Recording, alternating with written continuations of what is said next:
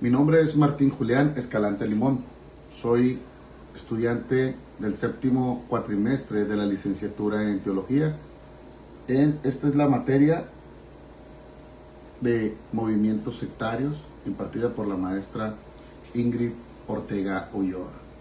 En esta ocasión quiero presentarles los diferentes movimientos sectarios alrededor del mundo.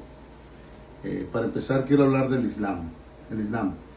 El fundador o contexto histórico fue fundado por Mahoma en el año 570 al 632 después de Cristo en la península arábiga, basado en el Corán, que los musulmanes creen que es la palabra literal de Dios, al cual ellos llaman Alá. Las doctrinas fundamentales son el monoteísmo estricto, el Tawhid. Mahoma es el último profeta. La salvación se obtiene por la gracia de Alá y el cumplimiento de los 5 pilares según su creencia. Cada uno de ellos son los siguientes: profesión de fe, oración, ayuno, limosna y peregrinación. Las diferencias teológicas con el cristianismo ortodoxo son las siguientes. Ellos niegan la Trinidad y la divinidad de Jesús. Lo consideran un profeta solamente. Niegan la muerte de Jesús en la cruz y su resurrección. Formas de evangelismo o expansión. Ellos usan el proselitismo personal, educación, servicio comunitario, el dawah, y en el pasado la expansión militar. La refutación ortodoxa bíblica. La Biblia afirma la Trinidad. El ejemplo es Mateo 28:19 y la plena deidad de Jesús. El ejemplo lo vemos en Juan capítulo 1 verso 1, pero también en Colosenses 2:9. La Biblia nos afirma acerca de que la salvación es por gracia mediante la fe en la obra de Cristo, según Efesios 2:8 al 9. Ahora, a continuación, quiero hablar acerca del movimiento llamado Mormones, o la Iglesia de Jesucristo de los Santos de los Últimos Días. Esta iglesia fue fundada por Joseph Smith Jr. en 1830 en Nueva York, Estados Unidos, tras recibir una supuesta revelación y el libro de Mormón. Ellos creen en la Biblia, en el libro de Mormón y otras escrituras. La divinidad es plural. Según ellos, los dioses son progresivos. El hombre puede progresar hasta convertirse en Dios. Ellos se bautizan por los muertos. Ellos también piensan que la divinidad son 3 personajes distintos de carne y hueso, no un solo Dios en 3 personas. Para ellos Jesús es un ser creado. El hombre es coeterno con Dios y la salvación requiere obras además de gracia. De manera que ellos usan para evangelizar es misiones de tiempo completo, donde utilizan jóvenes, parejas, genealogía, trabajo del templo y programas familiares. La refutación ortodoxa bíblica es la siguiente, ya que la Biblia nos enseña que hay un solo Dios único en Deuteronomio 6:4 y Isaías 44:6, y la Biblia también enseña de la Trinidad, de un solo ser divino. La Biblia nos enseña que la salvación es un don gratuito, según Romanos 6:23. El hombre es una criatura y no es un Dios potencial, según Oseas 11:9. Ahora quiero hablarles del movimiento llamado los Testigos de Jehová o la Sociedad Watchtower. Surgió a finales del siglo XIX con Charles T. Russell en Pensilvania, Estados Unidos, y se consolidó como movimiento distinto a principios del siglo XX. Para ellos solo Jehová, su nombre para Dios, debe ser adorado. Creen en la Biblia, pero usan su propia traducción, la cual llaman la traducción del Nuevo Mundo. Ellos creen que el alma es mortal. Para ellos no hay infierno ni fuego eterno. Rechazan las transfusiones de sangre y cualquier celebración que según ellos denominan pagana. Ellos niegan la Trinidad de Jesús. Ellos creen que Jesús es el arcángel Miguel y es un Dios menor, o sea, un ser creado. El Espíritu Santo para ellos es una fuerza activa de Dios y no una persona. Ellos también creen que solo 144,000 irán al cielo. El resto vivirá en un paraíso terrenal. La forma de evangelismo o expansión que ellos utilizan es la predicación de casa en casa, la distribución masiva de literatura, a la cual llaman la atalaya, despertar, y otros estudios bíblicos a domicilio. Y la refutación bíblica son las siguientes. La Biblia afirma la deidad de Jesús, según Tito capítulo 2, verso 13, y Juan 8:58. La Biblia asume y reconoce la personalidad del Espíritu Santo. Lo podemos ver en Hechos 13:2, entre otros pasajes. El concepto del infierno y la vida eterna para todos los creyentes están presentes en la Biblia y podemos ver un ejemplo en Mateo 25:46. Ahora quiero compartirles acerca del budismo.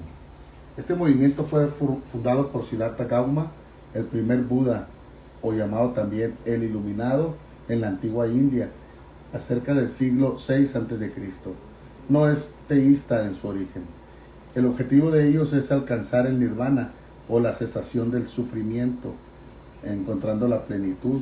Pero para ello, ellos siguen las 4 nobles verdades y el octuple sendero, en la creencia en el karma y el samsara, el ciclo de la reencarnación, es su doctrina más fundamental. Para ellos, ellos creen la ausencia de un Dios creador, personal, esencialmente no teísta. Niegan la existencia de un alma o un ser permanente, a la cual ellos llaman Anatman. La salvación es autolograda mediante la disciplina mental y ética, pero no por un salvador. La manera de expansión para ellos es la inmersión cultural, la enseñanza y ejemplo de monjes, la difusión de literatura y la construcción de templos. La refutación bíblica es: el cristianismo cree un Dios personal y creador y sustentador, según Génesis 1:1. Cree en la existencia del alma, según Mateo 10:28.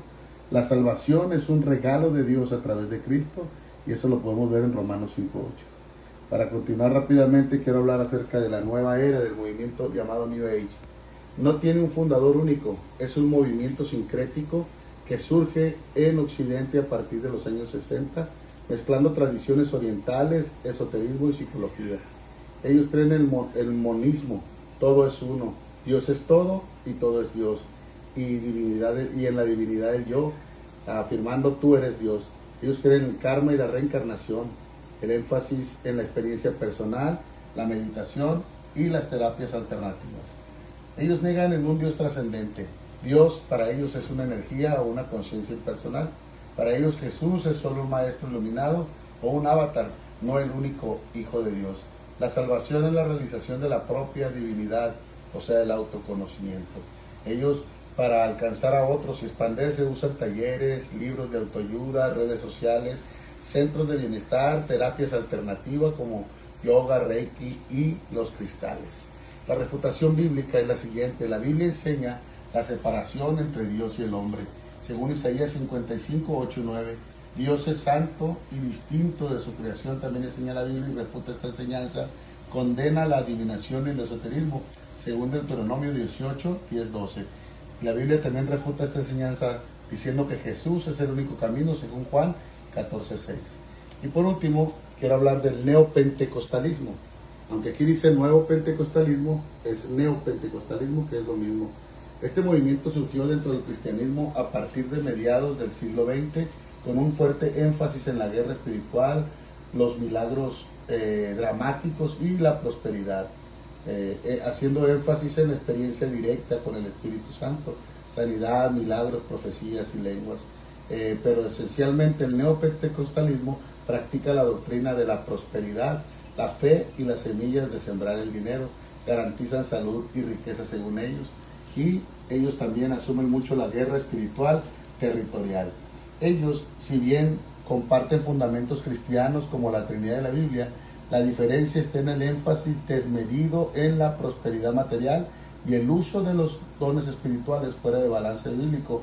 Por ejemplo, la lluvia de oro, promesas incondicionales de riqueza, salud, aquí y ahora.